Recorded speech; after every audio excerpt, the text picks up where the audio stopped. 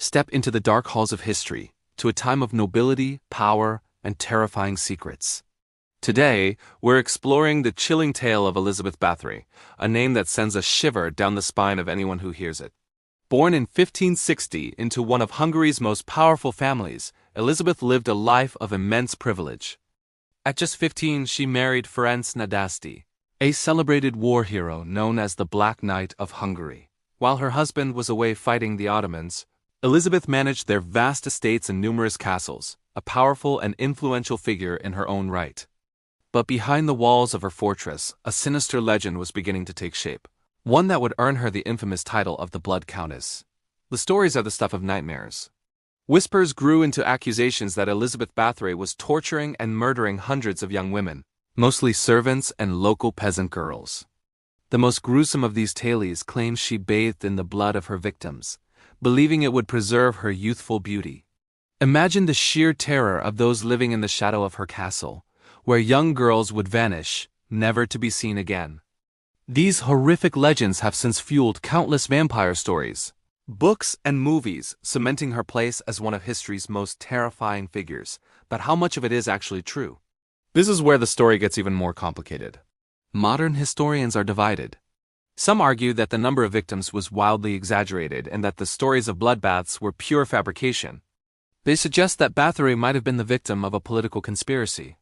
As a wealthy and powerful widow, she controlled vast lands that her ambitious relatives and even the King of Hungary coveted.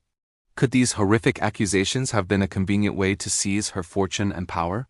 It's a compelling theory. A powerful woman, alone, with immense wealth, she would have made an easy target for those who wanted to bring her down. However, we can't ignore the evidence from her time. In 1610, after years of mounting complaints and rumors, authorities finally launched an official investigation. The testimonies they gathered were horrifying. Witnesses described brutal beatings, starvation, and acts of unimaginable cruelty.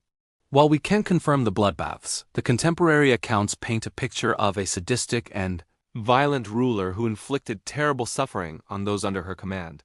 Following the investigation, Bathory was arrested. Due to her high noble status, she was never put on public trial, a luxury her accused accomplices did not receive.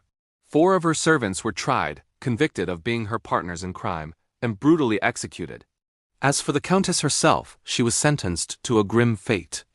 She was imprisoned within a set of rooms in her own Lactis castle, walled up with only small slits left for food and air. She remained there, in solitary confinement, until her death in 1614. So, who was the real Elizabeth Bathory? Was she a monstrous serial killer who bathed in blood, a real-life vampire queen? Or was she a victim of her time, a powerful woman whose reputation was destroyed by greedy enemies looking to steal her wealth? The truth is likely somewhere in the murky middle.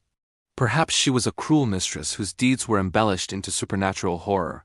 Or maybe the legends hold more truth than we're comfortable admitting. The mystery is what makes her stories so enduring. The legend of the Blood Countess remains a chilling reminder of the darkness that can hide behind a veil of power and privilege. What do you think? Was she a sadistic monster or the victim of a political takedown? Let me know your theories in the comments below. Thanks for watching, and if you enjoyed this journey into the dark side of history, make sure to like and subscribe for more. See you next time.